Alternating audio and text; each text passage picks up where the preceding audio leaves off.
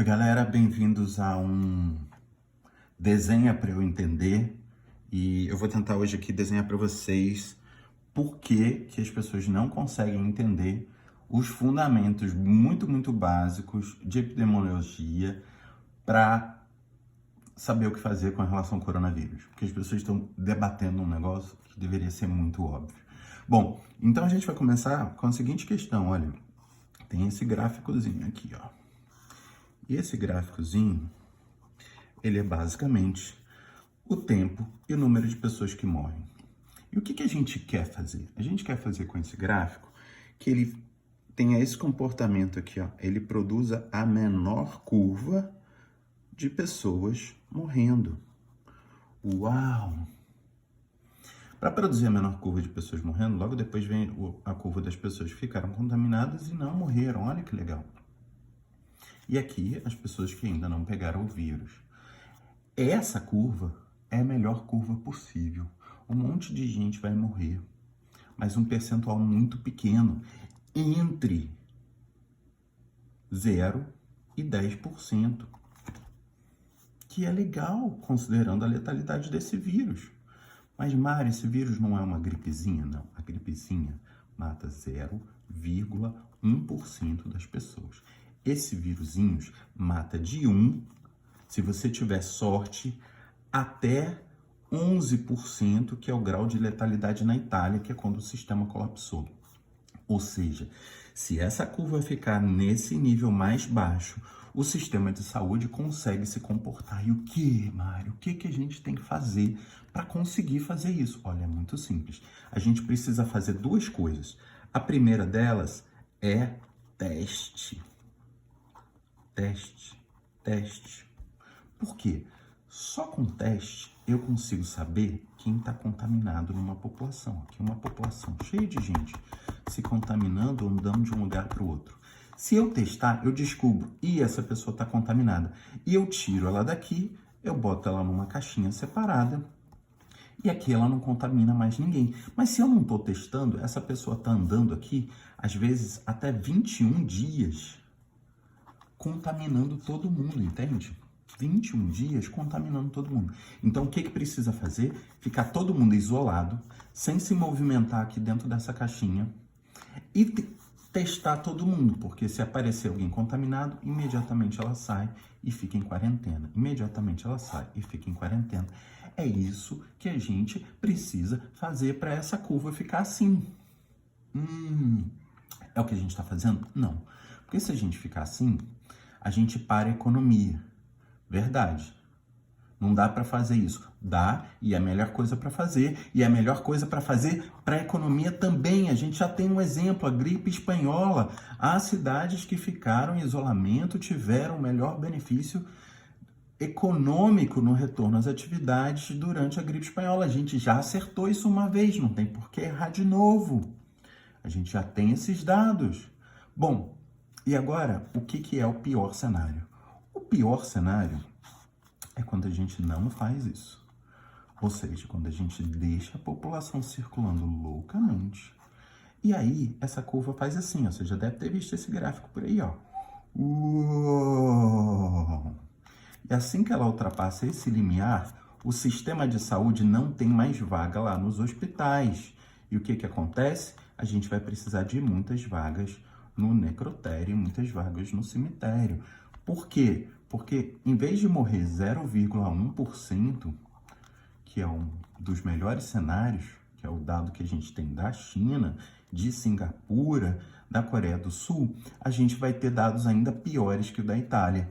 Porque se 20% das pessoas precisam de hospitalização, bom, e não vai ter hospital nem para esses 20% que precisam, a gente vai ter uma mortalidade entre 10 e 20% das pessoas. Aí vamos fazer uma conta rápida. Quantas pessoas tem no Brasil? Vamos arredondar? 200 milhões. Para a gente conseguir imunização de rebanho, que a gente nem sabe se existe, porque a gente não sabe se o vírus vai mutar, a última notícia é que o vírus passou para um tigre, cara. O treco pulou de um ser humano para o tigre, a gente já sabe que contamina gato e já sabe que contamina cachorro.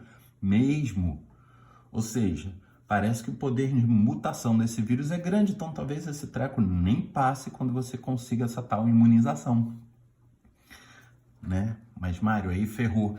Cara, ferrou se você não entende e compreende os dados e não consegue saber o que fazer.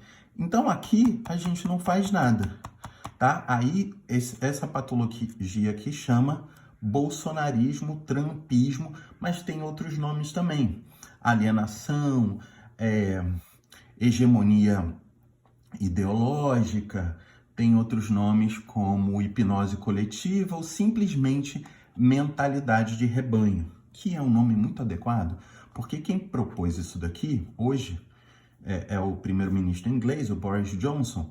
Ele achou que era muito bonitinho, que lá na Inglaterra, que é uma ilhazinha, não ia entrar nada nem ninguém, e simplesmente a Inglaterra está lotada e o primeiro-ministro está na UTI e talvez morra.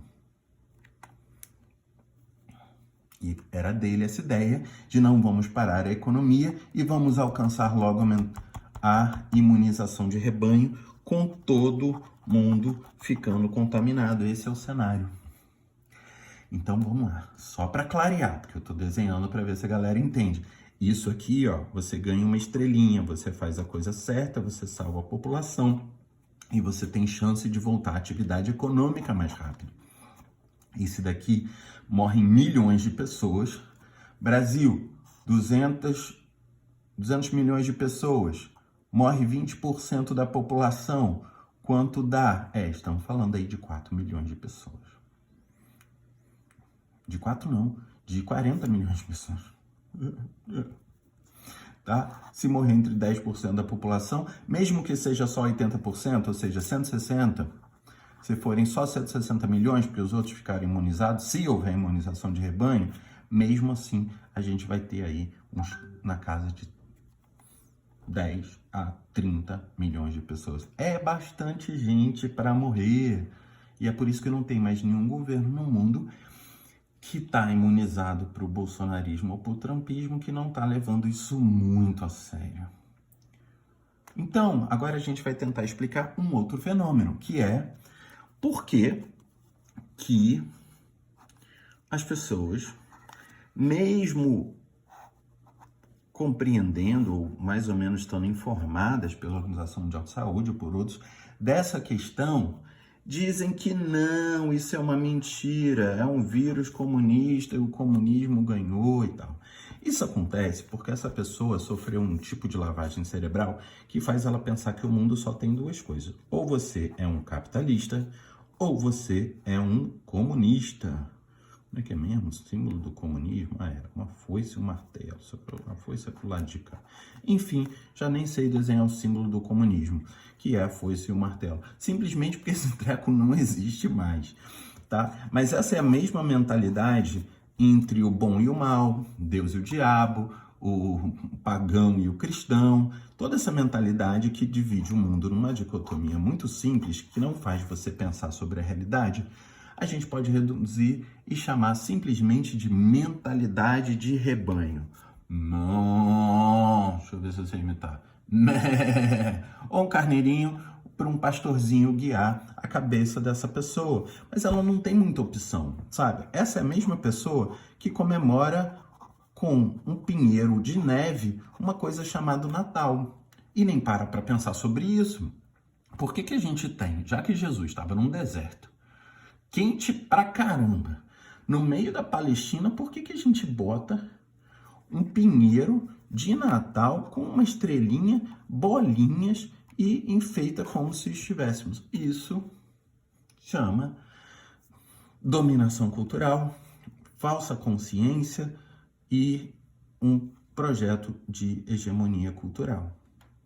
Então, esses caras que estão dizendo que os comunistas lá fizeram lavagem cerebral, estão fazendo lavagem cerebral em você, e você acha que você está sendo desprogramado, quando na verdade você está sendo programado. E programado por quê, cara? Programado para acreditar em coisas que não fazem sentido.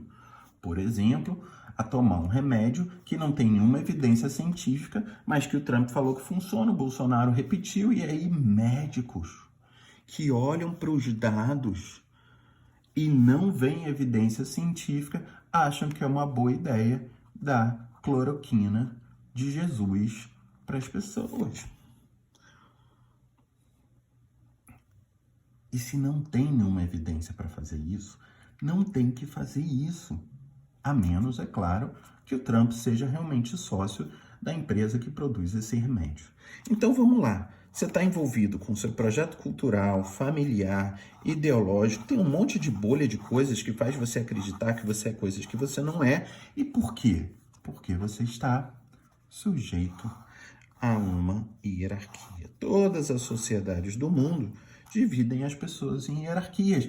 E as pessoas são treinadas para ouvirem as que estão no topo dessa hierarquia, tá? Os seus reis, imperadores, até capitão, e obedecer.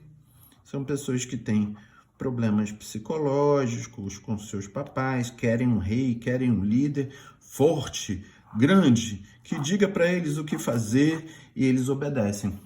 Tem uma cena antiga muito boa de um filme chamado Conan o Bárbaro. Você lembra? É provável que não, um filme antigo, você não viu, vale a pena ver, um clássico. E aí tem um cara que fala para o Conan, que era um ex-escravo, que o verdadeiro poder era ele falar para a pessoa se jogar do abismo e a pessoa se jogava do abismo. Esse poder, que é um poder mental, ideológico, simbólico, subjetivo, ele é muito forte, mesmo que a evidência científica, os médicos responsáveis, a Organização Mundial de Saúde e todos os países do mundo estejam fazendo isso. Quando o capitão, o xerife ou qualquer pessoa de autoridade fala, o resto da base da pirâmide, tanto mental, econômica, social ou psicológica, obedece como gado. E esse é um problemão. Um problemão porque esse vírus do bolsonarismo, essa cegueira cognitiva, essa incapacidade de se emancipar desses determinismos sociais, simbólicos, psicológicos que produzem essa hegemonia cultural sobre as pessoas, faz com que simplesmente as pessoas não tenham opção a não ser como seguir cegamente o seu líder genocida. Então, voltamos ao início do nosso desenho. A gente já sabe o que fazer. Tem que testar todo mundo e botar as pessoas em isolamento e, enquanto isso, deixar todo mundo distante uma das outras. Distanciamento social é um consenso entre todos os epidemiologistas. Esse é o melhor cenário. Mesmo quando você deixa aqui um supermercado aberto e as pessoas estão tendo que fazer isso, lembrando que na China as pessoas recebiam seus alimentos em casa. Por isso eles conseguiram 0,1%. Então, mesmo com isolamento social, se você ainda tem circulação, essa curva vai crescer, cara. E esse é que é o problema. Não vai ter sistema de saúde para atender. E quando não tiver, a gente vai ter, como na Itália, 10% de letalidade desse vírus. Então, eu quero desenhar algumas coisas que a gente pode fazer sobre o coronavírus, mas primeiro a gente precisa diagnosticar o problema. A solução a gente já super sabe qual é. Muitas estrelinhas para você que já entendeu. Agora o problema é esse daqui. E ele não é um problema que a responsabilidade é só desse bobo da corte que acha que tem poder aqui, seja ele o Trump, seja o Bolsonaro. O problema é que essa mentalidade de hierarquia faz as pessoas que estão aqui no meio, que não acham que não vão ficar contaminadas como as que estão aqui embaixo, fazerem passeatas pedindo para as pessoas voltarem a trabalhar.